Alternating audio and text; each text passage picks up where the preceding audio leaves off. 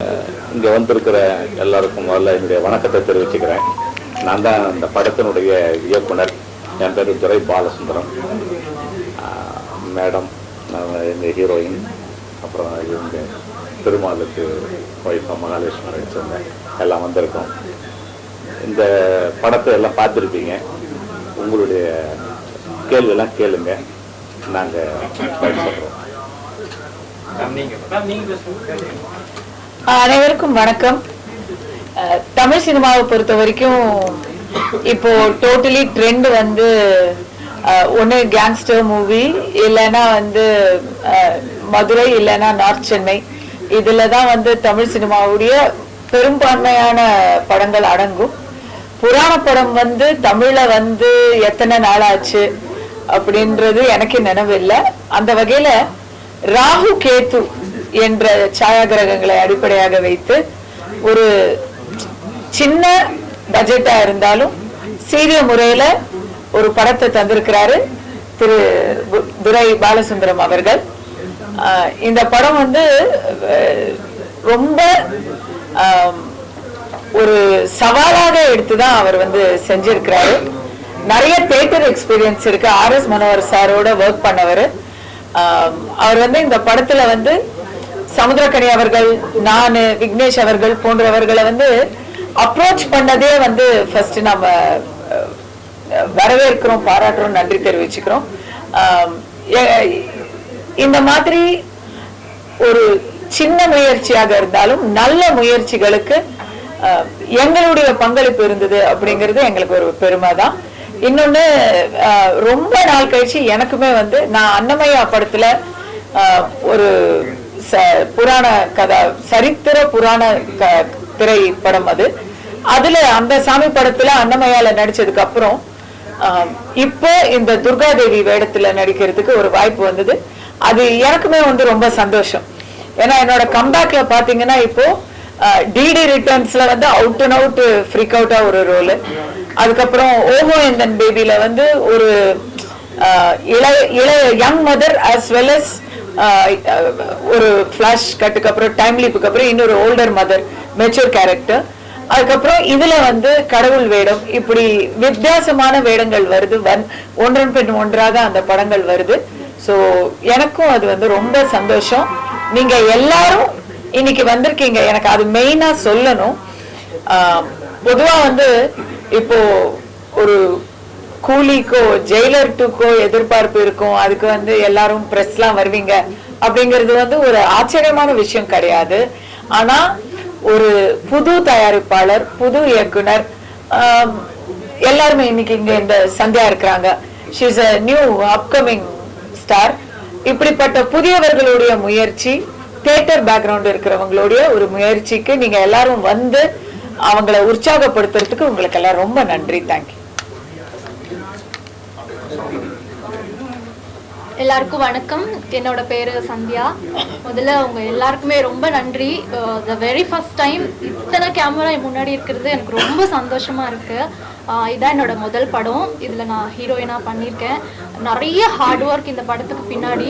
நாங்க இது வந்து லாக்டவுனுக்கு முன்னாடி ஸ்டார்ட் பண்ணோம். இந்த படம் முடிப்போமான்ட்டு எங்களுக்குள்ள அவ்வளோ ஒரு ஸ்ட்ரகிள் இருந்தது. ஸோ பாலசுந்தரம் சார் வந்து நிறைய எஃபர்ட் எடுத்து இந்த படத்தை வெற்றிகரமாக இது வரைக்கும் கொண்டு வந்துட்டோம். ஸோ நீங்களும் பாருங்க, கண்டிப்பாக நல்லா வந்திருக்கு. Thank you so much. அப்படிங்களா?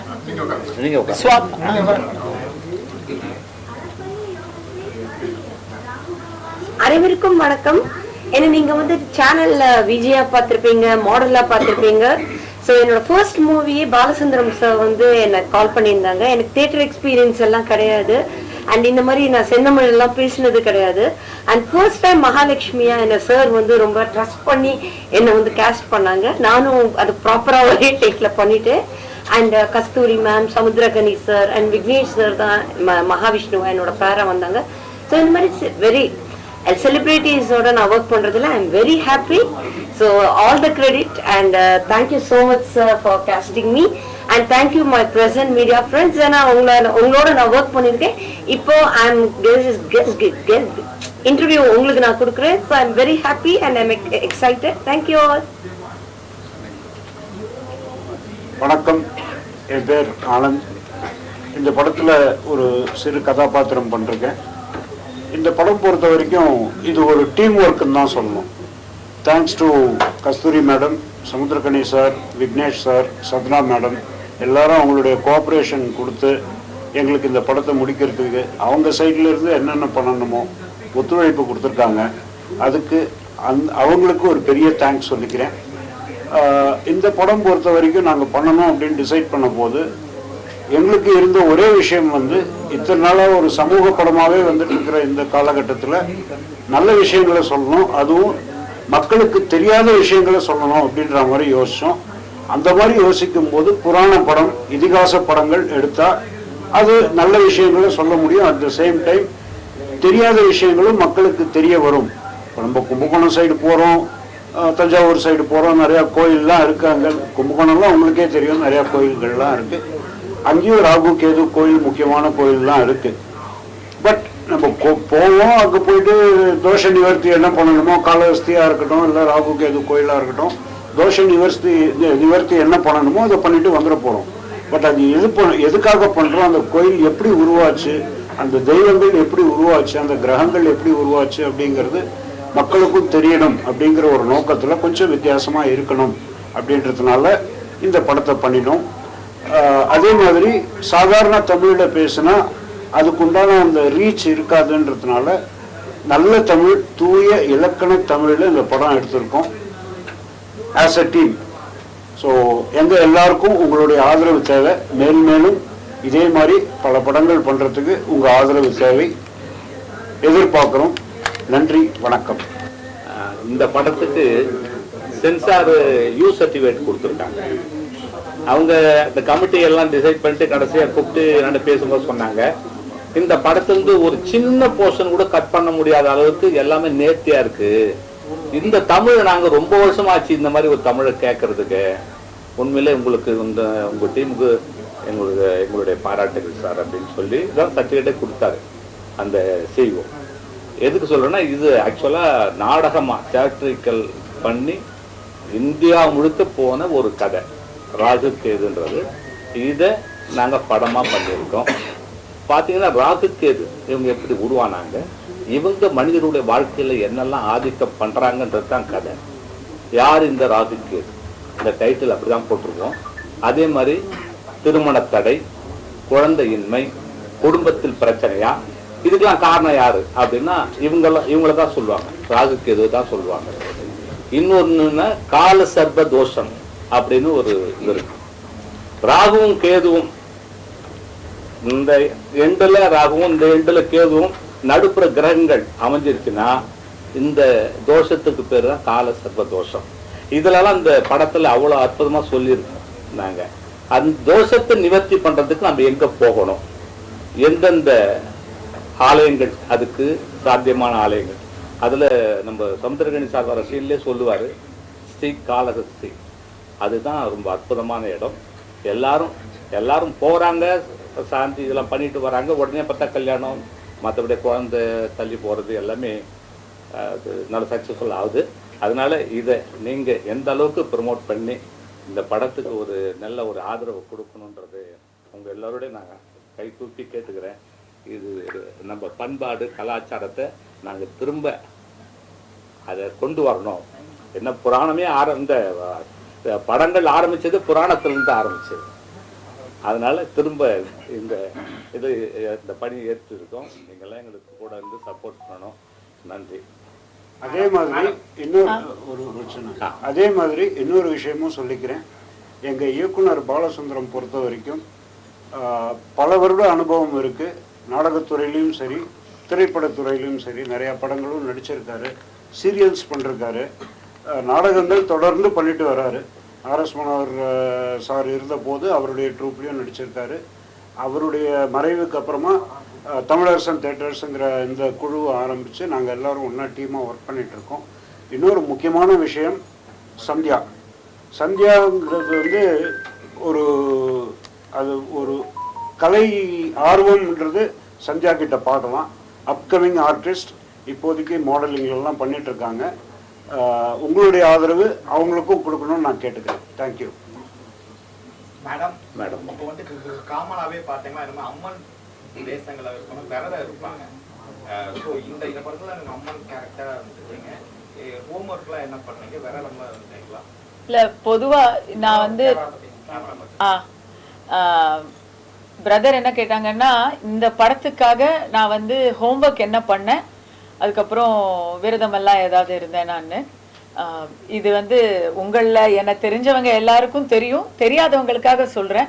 என்னுடைய ஒவ்வொரு நாளுமே நான் விரதம் தான் இருக்கேன். நான் வந்து எல்லா நாளுமே காலையில் எழுந்திரிச்சு பூஜையில் தான் ஆரம்பிக்கிறேன். எப்பவுமே சைவம், எப்பவுமே கொஞ்சம் ஆச்சாரம் அதிகமாக இருக்கக்கூடிய வாழ்வியல் முறை என்னது. ஸோ படத்துல வந்து நாம வந்து எந்த ஒரு வேஷம் போட்டாலும் அதுக்கேற்ற மாதிரி நடிக்கிறோம். பட் என்னுடைய சொந்த வாழ்க்கையில நான் எப்பவுமே விரதம் தான். நாளைக்கு இப்ப இன்னைக்கு இந்த இன்டர்வியூ கொடுத்துட்டு இருக்கிறேன். நாளைக்கு ஏகாதசி. நான் வந்து நீர் கூட குடிக்காம உண்ணாம தான் இருப்பேன், உணவு உட்கொள்ளாம இருப்பேன்.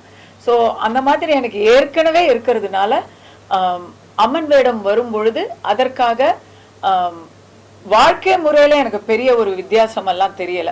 டெய்லியே நான் அப்படிதான்.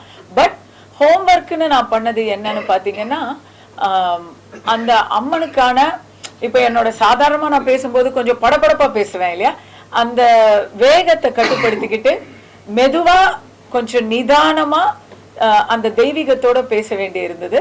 அதுக்கு அஃப்கோர்ஸ் இயக்குனர் பக்கத்திலே இருந்தாங்க. ஸோ ப்ளஸ் அது குரோமாக்கி அப்படிங்கிறதுனால அதுக்கு ஏற்ற மாதிரி பேச வேண்டி இருந்தது. டப்பிங்கில் நான் அது வந்து எதுக்காக அப்படி நிதானமாக பேச சொன்னாங்க அப்படிங்கிறது வந்து டப்பிங்கில் எனக்கு தெரிஞ்சது. நான் ரொம்ப ரசித்து செஞ்ச ஒரு விஷயம். இன்னொன்று, தமிழ் லகரம் நல்லா வரக்கூடிய என்னை போன்ற ஆர்டிஸ்டுங்களுக்கு இந்த மாதிரி தூய தமிழ் பேசி புராண நடையில இலக்கண நடையில டயலாக் பேசக்கூடிய வாய்ப்பு கிடைக்கிறதுங்கிறது இப்பெல்லாம் அரிது. ஸோ அந்த மாதிரி ஒன்று கிடைக்கும் போது அது ரொம்ப நல்லா இருக்கு. மேடம், என்னதான் சொன்னாலும் நீங்க பேசினா என்ன பண்ணாலும் விமர்சனம் பண்ணுவாங்க, ட்ரோல் பண்ணுவாங்க. மெயினா என்ன கேட்பாங்கன்னா, ஒரு கவர்ச்சி நடிகை வந்து கடவுள் படத்துல அம்மனா நடிகை தான் வரும். அதுக்கு என்ன பதில் சொல்லுவீங்க? கவர்ச்சி நடிகை அப்படிங்கிறதும் நடிப்பு தான், அம்மன் அப்படிங்கிறதும் நடிப்பு தான். இதுல நான் முதலும் இல்லை கடைசியும் இல்லை. பட்டணத்தில் பூதம்ல நடித்த KR விஜயா அவர்கள் தான் அதுக்கப்புறம் சுத்தமா கடவுள் தான், அவங்க தான் அம்மன்னா விஜயம்மா தான் அப்படிங்கிற அளவுக்கு வந்தவங்க. அதே போல சொல்லிக்கிட்டே போகலாமே. ஸ்ரீவித்யா அம்மா நடிச்சிருக்கிறாங்க, ஜெயலலிதா அம்மா நடிச்சிருக்கிறாங்க, ஸ்ரீபிரியா நடிச்சிருக்கிறாங்க. அப்புறம் உங்களுக்கு போக போக பாத்தீங்கன்னா ரம்யா கிருஷ்ணன் நடிச்சிருக்காங்க, நயன்தாரா நடிச்சிருக்காங்க, ரோஜா நடிச்சிருக்காங்க, மீனா நடிச்சிருக்காங்க. இவங்க எல்லாரையும் கேட்காத கேள்விய நீங்க என்ன வந்து கேட்க வேண்டிய அவசியமே இல்லை. இது அது யூடியூப்ல வந்து எது நான் செஞ்சாலும் செய்யாட்டியும் அது வைரல் ஆகும். அது இப்போதைய காலத்தின் கட்டாயம். இன்னொன்னு, இப்ப செய்தியில நம்ம தான் அடிக்கடி இருக்கோம், அதனால ஏதாவது ஒரு சாக்கு கிடைச்சா போதும். பட் அதுவும் ஏத்துக்கிற மாதிரி தான் செஞ்சிருக்கேன், இதுவும் ஏத்துக்கிற மாதிரி தான் செஞ்சிருக்கேங்கிறதுல எனக்கு பெருமை. இதுல யாருக்கா மாற்று கருத்து இருக்கா? இன்னைக்கு நீங்க வந்து அத அவர் வரலாம் கேட்டாரு என்ன இன்னைக்கு. ஸோ எல்லாம் தான் ஒரு நடிப்புன்னு வரும்போது எல்லாமே நாம செய்யணும். அது எல்லாத்தையும் திறம்பட நம்புற மாதிரி செய்யணும். ஸோ ஃபர்ஸ்ட் டே வந்து நீங்க கூலியை பத்தி மென்ஷன் பண்ணீங்க. அது ஒரு ஜானர். மக்களுக்கு வந்து சினிமா என்பது எல்லாமே இருக்கணும் தான், இதுவும் இருக்கணும் அதுவும் இருக்கணும். சோ அந்த மென்ஷன் பண்ணனால என்ன காரணம்? என்ன காரணமா? அதாவது இல்ல உங்களுக்கு பிரஸ்க்கு நன்றி. டைரக்ஷன் வந்து உங்களுக்கு உடன்பாடு இல்லையா? ஐயோ அப்படி இல்லங்க. கூலிங்கிறது ரஜினி இருக்கிறாரு, ஆமீர் கான் இருக்கிறாரு, நாகார்ஜுனா இருக்கிறாரு, இன்னும் எல்லாம் பெரிய பெரிய பெரிய பெரிய அது எவ்வளவு பெரிய படம், மிகப்பெரிய எதிர்பார்ப்புல இருக்கிற படம், சன் பிக்சர்ஸ் படம், அனிருத் இருக்கிறார். அது வந்து ஒரு multi star, Lokesh Kanagaraj multi star படம் அது. சோ அதுக்கு வந்து எல்லாரும் பிரஸ் ஹைப் இருக்கிறதுங்கிறது வந்து ஆச்சரியம் இல்லை. இது வந்து ரொம்ப ஒரு சிம்பிளான ஒரு ஹம்பிள் எஃபர்ட். அது வந்து அவர் பாலசுந்தரம் அவர்களுடைய மனதில் உதித்த ஒரு உழைப்பு. அதுக்கு நீங்க எல்லாரும் வந்து ஆதரவு கொடுக்கறத நான் நன்றியா தான் சொல்றேன். இந்த மாதிரியான மூவி வரணும்னு நீங்க சொன்னீங்கல்ல, முன்னாடி வரைக்கும் நீங்க என்ன சொன்னீங்க? ஆமாங்க, எல்லாரும் வந்து 100 கோடியில படம் எடுக்க முடியாது, 200 கோடியில படம் எடுக்க முடியாது. அப்படி இப்ப 200 கோடியில படம் எடுத்து அதுதான் தியேட்டர்ல ஓடணும்னு சொன்னா தியேட்டர்ல ஒரு படம் தான் ஓடும் ஒரு டைமுக்கு. சின்ன படங்கள், சிறிய படங்கள் தான் வந்து எப்பவுமே எல்லாருக்குமான இதுவா அது அந்த இண்டஸ்ட்ரிய ஃப்ளோலயே வச்சிருக்க முடியும். இதை நான் ஏற்கனவே நிறைய இடத்துல சொல்லியிருக்கேன். அதுல புராண படங்கள்ங்கிற ஒரு விஷயம் வந்து சுத்தமா தமிழ் சினிமால அந்த ட்ரெண்டே இல்லை. இப்ப இது வந்திருக்கிறது வந்து ஒரு நல்ல ஆரம்பம். மேடம், நீங்க வரம் கொடுக்குற சீன்ல நடிக்கும்போது எப்படி இருந்தது? ஏன்னா மத்த கேரக்டரோட அது சூப்பரா அந்த வரம் தாத்தா அப்படின்னு இருக்கிற மாதிரி இருந்தது. எப்படி நடிச்சீங்க, ஃபீல் பண்ணீங்க? நீங்க தான் சொல்லிட்டீங்களே மற்றதை விட உங்களுக்கு ரொம்ப பிடிச்சு போச்சு அப்படின்னு. ஸோ நான் வந்து என் நண்பர்களுக்கு தெரியும், நான் வந்து ஒரு மாதிரி கொஞ்சம் சென்டிமெண்டா என்னை ஏதாச்சும் கேட்டா நான் உடனே கொடுத்துருவேன். கொடுத்துட்டு அதுக்கப்புறம் அவங்க என் போனை கூட எடுக்க மாட்டாங்க. ஐயோ பணமும் போச்சு நட்பும் போச்சு அப்படின்னு நிறைய தரத்துல நான் வந்து புலம்பி இருக்கிறேன். பட் நான் இப்படி சொல்றேங்க, டெய்லி நான் சாமி கிட்ட வந்து ஐயா இதை கூட அதை கூட அப்படின்னு சொல்ற ஒரு மாமூல் மனுஷி. அந்த பிராக்டிஸ்ல இங்க குடுக்கற மாதிரி நடிக்க முடிஞ்சிருச்சு, அதான் உண்மை. தமிழ்ல படம் எடுத்துட்டு வேற மாநிலத்தை சேர்ந்த காலஸ்தரிக்கு வந்து விளம்பரம் பண்ண மாதிரி இருக்கு. திருநாகேஸ்வரத்தை ஏன் இதுல கொண்டே வரல? அதுவும் இருக்கு, திருநாகேஸ்வரத்தை பத்தின ஃபுட்டேஜும் இருக்கு. மாதிரி எல்லாம் வந்து ராகு கேது ஸ்தலம் இருக்கு, நவகிரகங்களுக்காக வந்து அரசாங்கமே வந்துட்டு ஏற்பாடு பண்ணியிருக்கு. இதுல வந்து காலஸ்திரி தோன்றியது மட்டும் அவர் வந்து சமுத்திரக்கனி வாயிலாம் சொல்றாங்க. இல்ல, அவருக்கு எங்க அருள் கொடுத்தாரோ அந்த இடத்துல அப்போ ராகு கேதுங்கிற போது வந்து தமிழ்நாட்டுல இருக்கிற இல்ல நாங்க தலங்களை பத்தி சொல்ல நீங்க ஆனா நீங்க இருங்க, இந்த கேள்விக்கு நான் ஒண்ணு சொல்லிடுறேன். எனக்கு வந்து என்னை கொண்டு போய் உள்ள எல்லாம் போட்டாங்க. அதெல்லாம் வந்து இந்த ராகுவுடைய எஃபெக்ட்ல தான் நான் உள்ள போனேன். அப்ப வந்து நான் போன முதல் இடம் திருநாகேஸ்வரம் தான். அந்த போட்டோவெல்லாம் கூட நான் உங்களுக்கு கொடுக்குறேன். திருநாகேஸ்வரம் வந்து எனக்கு இப்போ இன்னைக்கு 9ஆம் தேதி எனக்கு காரைக்கால்ல ஒரு நிகழ்ச்சி இருக்கு. அதுக்கு முன்னாடி நான் திருநாகேஸ்வரம் எல்லாம் போகத்தான் போறேன். ஸோ சொன்னாலும் சொல்லாட்டியும் ராகு கஷேத்திரம் அப்படிங்கிறது, திருநாகேஸ்வரம் அப்படிங்கிறது, காளஹஸ்திங்கிறது அது வரலாறு பூர்வமா சொல்லி இருக்கலாம். ஆனா இவங்க போய் அங்க தவம் இருந்து வரம் வாங்குறது தான் அங்க, அதைத்தான் நாங்க சொல்லியிருக்கோம். மற்றபடி எந்த கோவிலையும் நம்ம ராகுக்கு இதை பத்திலாம் எந்த இதுவும் சொல்ல. இன்னும் கேட்ட இந்த படம் பூஜை போட்ட உடனே போனது எல்லாம் நம்ம திருநாகேஸ்வரம், எல்லா இதுவும் திருப்பாம்பரம், எல்லா ஊர்லயும் போய் இதுக்கு முறையா அபிஷேகம் பண்ணி அதுக்கப்புறம் தான் காளஹஸ்திக்கே போனோம். ஸோ முக்கியத்துவம் நம்ம தமிழ்நாடு தான், அதுல ஒன்றும் எந்த மாற்று கருத்து இல்லை. ஆனா இவங்க 2 பேருக்கும் சிவன் அருளிய இடம் அதுதான், அதுக்காக தான் அதை கொடுத்தோம். மற்றபடியா எங்களுக்கு கதை லெங்க்த்து ரொம்ப இதுவே போகுது, இழுக்குது, அதனால ரொம்ப ஷார்ட் பண்ணணுன்றதுக்காக பண்ணியிருக்கோம். மற்றபடியா எந்த ஒரு தரப்பு என்ன சொல்றாங்கன்னா, இந்த நவகிரகம் இது எல்லாமே ஒரு 50 வருஷம் ஒரு 70 வருஷத்துக்குள்ள வந்தது, முந்திலாம் அது கிடையவே கிடையாது. இதெல்லாம் நவீன சுற்றுலா மாதிரி ஒரு பணம் சம்பாதிக்கிறதா நவகிரக ஸ்தலம், நவகிரக டூர்லாம் கொண்டு போறாங்க அப்படிங்காங்க. அது உண்மையா? இல்லை சார், இப்போ நம்ம தமிழ்நாட்டில் முன்னெல்லாம் கோவில் அவ்வளோ கூட்டம் இல்லை. இப்போ நீங்கள் பார்க்குறீங்க ஒவ்வொரு கோவில்லையும் அவ்வளோ கூட்டம் இருக்கு. புரியுதுங்களா? கவர்மெண்ட்ல இருந்து எல்லாமே அவ்வளவு சப்போர்ட் பண்றாங்க. என்ன பண்றது, பிரச்சனை அதிகம் ஆயிடுச்சு, அதனால எல்லாரும் சாமிகிட்ட போயிடுறாங்க. எனக்கு ஒரு பிரச்சனைனா மனுஷனாண்ட சொல்றதை விட சாமியாண்ட சொல்லாமேன்னு போயிட்டு அங்க போய் சொல்லிட்டு இருக்கான். மற்றபடியா வேற நீங்க நினைக்கிற மாதிரி அந்த எண்ணத்தெல்லாம் எடுக்கல. இது ஒரு பண்பாடு கலாச்சாரம் சார்ந்த ஒரு கதை. இதுக்கு நம்ம தமிழ்நாட்டுல மட்டும்தான் பண்ணணும் அப்படி இல்லை. இந்த கதைக்கு என்ன தேவையோ அதை மட்டும் அங்க எடுத்துக்கிட்டோம். மற்றபடி இங்க நீங்க சொன்ன மாதிரி திருநாகேஸ்வரம் எங்களுக்கு பேன் இந்தியா ஹிட் ஆகணும் இல்ல, தமிழ்நாட்டை மட்டுமே சொல்ல முடியாது, இந்தியா முழுக்க சொல்றேன். 2026ல தமிழக மக்களுக்கு ராகு கேது எப்படி மேடம் இருக்கு?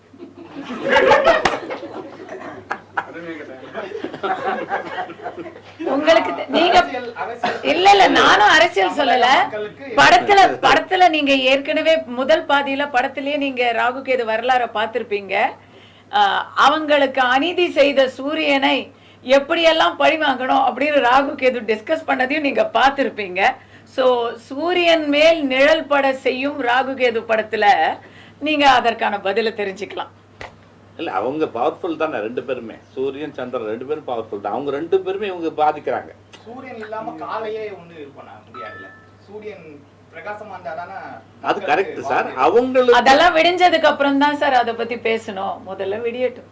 ரஞ்சிதா அது மாதிரி ரொம்ப நாளைக்கு அப்புறம் பார்த்தோம். ரஞ்சிதா நினைச்சிருக்காங்க, பார்வதியா வராங்க. அந்த டிராமா ஆர்டிஸ்ட் தான். அவங்க டிராமா ஆர்டிஸ்ட் இல்ல, அதான் அவங்க பேரு கௌஷிகா. அவங்க நம்ம ஓய்ஜிமேந்திரன் சாருடைய ட்ரூப்ல நடிச்சிட்டு இருக்காங்க. கைலாசத்துல சிவன் வேஷங்கிறதுனால நீங்க கைலாசம் வரைக்கும் போயிட்டீங்க, அவங்க இல்ல. இதுல பெரும்பாலும் நாங்க டிராமா ஆர்டிஸ்ட் அதிகமா யூஸ் பண்ணிருக்கோம். ஒரு 20 பேர் தான் இருக்கோம் சீனியர் ஆர்டிஸ்ட், மேடம் இவங்கெல்லாம் மேல் தட்டு. அதுக்கப்புறம் கீழே ஒரு 15 பேர் இருக்காங்க டிராமாவிலே ரொம்ப வருஷமா நடிச்சவங்க. அது போக மீதி ஒரு 40-50 பேர் டிராமா ஆர்டிஸ்ட போட்டு நாங்க பண்ணிருக்கோம். எல்லாம் யாருங்க? அந்த ஜோசியருடைய மனைவி. ஆமா, சுனந்தான் ஒரு அம்மா இன்னைக்கு என் ட்ரூப்ல நடிச்சிட்டு இருக்காங்க. இந்த புள்ளைய எடுத்துங்களேன், ஹீரோயின் பண்றாங்கல்ல. யாரு? ஜோசியர். அவர்தான் ரைட்டர். கேபி அறிவானந்தம். இன்னைக்கு புராண படம் அப்படின்னா நம்பர் 1 ரைட்டர் அவர் தான். நாடகமும் சரி, இது சீரியல் பண்றதுலயும் அவர் தான் நம்பர் 1 ரைட்டர். அவர் யாருன்னா நம்ம RS மனோகருக்கு 7 நாடகங்கள் எழுதி கொடுத்தவர், சங்கர் சாருக்கு படங்களுக்கு ஸ்கிரிப்ட் பண்ணவர், பாடல் எழுதினவர். நமக்கு இப்போ ஒரு 13 நாடகங்கள் பண்ணி கொடுத்துருக்காரு. இது முதல்ல எங்களுடைய 40 வருஷம் நான் இந்த நாடகத்துறையில் இருக்கேன். அவரு எனக்கு 13 நாடகங்கள் எழுதி கொடுத்துருக்காரு. படம் இது ஒண்ணுதான். இதுதான் ஃபர்ஸ்ட் படம் நாங்க கொண்டு வர்றது.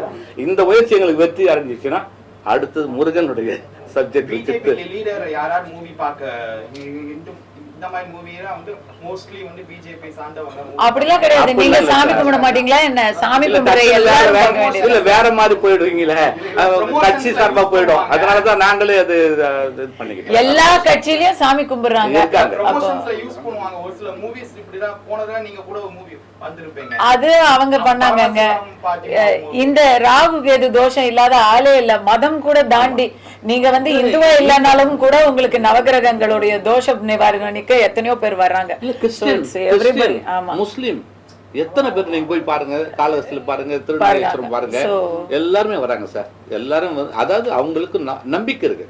அந்த இது தவிர இது வந்து அந்த ராகு கேதுங்கிற சப்ஜெக்ட் எடுத்து அவர் எடுத்த படம். சோ படத்தை தான் நம்ம ப்ரமோட் பண்றோம். கொஞ்சம் எங்களுக்கு முருகர் படம் தான் எடுக்க போறோம். ஆமா, அடுத்து மேடம் இல்லாமலா மேடம் ஆரம்பத்துல என்னோட தலைமுறைக்கு இப்ப நான் வந்து முருகா அமரா அப்படின்னு ஞானப்படத்தை தேடிட்டு அவரு பின்னாடி ஓடுற அம்மா கேரக்டர் தான். பார்வதி தான் என்னங்க விரும்பி கேட்டுக்கிறேன். வள்ளி தேவாயினியா இருக்க முடியாது இல்லங்க. மேம் இப்போ சோசியல் மீடியால வந்து யாருனாலும் ஆக்டர் ஆகலாம்னு ஒரு செக்மெண்ட் இப்போ இருக்கு. அவங்க சப்போஸ் சோசியல் மீடியா ஃபேமஸ் ஆயிட்டா உடனே இண்டஸ்ட்ரியில வந்து அவங்களோட ஆக்டர் தூக்கி போட்டுறாங்க. சோ நீங்களா சீனியர், இத பத்தி என்ன ஒபினியன் பண்றீங்க?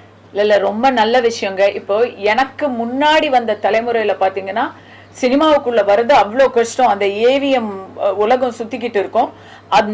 அந்த கேட்டு வழியா உள்ள வருதுங்கிறது குதிரை கொம்பா இருந்துச்சு.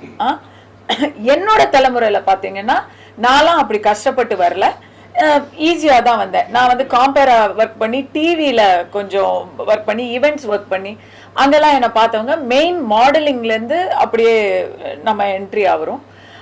அதை விட இப்போ இன்னும் ஓபன் அப் ஆயிருக்குங்கிறத நான் ரொம்ப நல்ல விஷயமா ஃபர்ஸ்ட் பாக்குறேன்.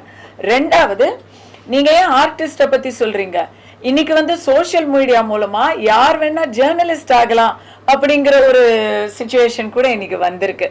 அதுவுமே வந்து ஒரு நல்ல விஷயமா தான் நான் பாக்குறேன். பிகாஸ் ஒருத்தர் ஏதாவது தவறான செய்தி சொன்னாங்கன்னா உடனடியா அந்த தவறான செய்திக்கு மறுப்பான செய்தி கூட இன்னைக்கு வந்துருது.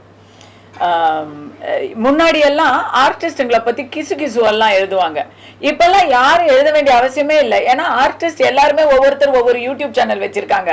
அவங்க வீட்டுல என்ன நடக்குது, அவங்க வாழ்க்கையில என்ன நடக்குதுன்னு அவங்களே ஷேர் பண்ணிக்கிறாங்க. ஸோ யாருமே வந்து பொய் செய்தியெல்லாம் வந்து ரொம்ப பரப்ப முடியாது. So I think this openness is good. இன்னொன்னு, திறமை இருந்தும் குடத்தில் இருக்கும் குத்துவிளக்காக பல பேர் ஒரு காலத்துல இருந்தாங்க. இன்னைக்கு யூடியூப், இன்ஸ்டாகிராம் போன்ற விஷயங்கள்னால அந்த திறமை வெளியே தெரியுது அப்படிங்கிறது நிச்சயமாக ஒரு நல்ல ஒரு விஷயம் தான்.